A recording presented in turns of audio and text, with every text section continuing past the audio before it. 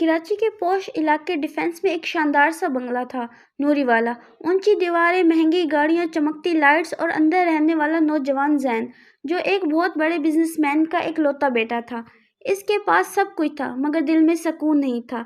اسی گھر میں کام کرنے والی ایک لڑکی رہتی تھی، مریم، سادہ لباس، خاموش تہذیب اور ہر وقت جھکی نظریں۔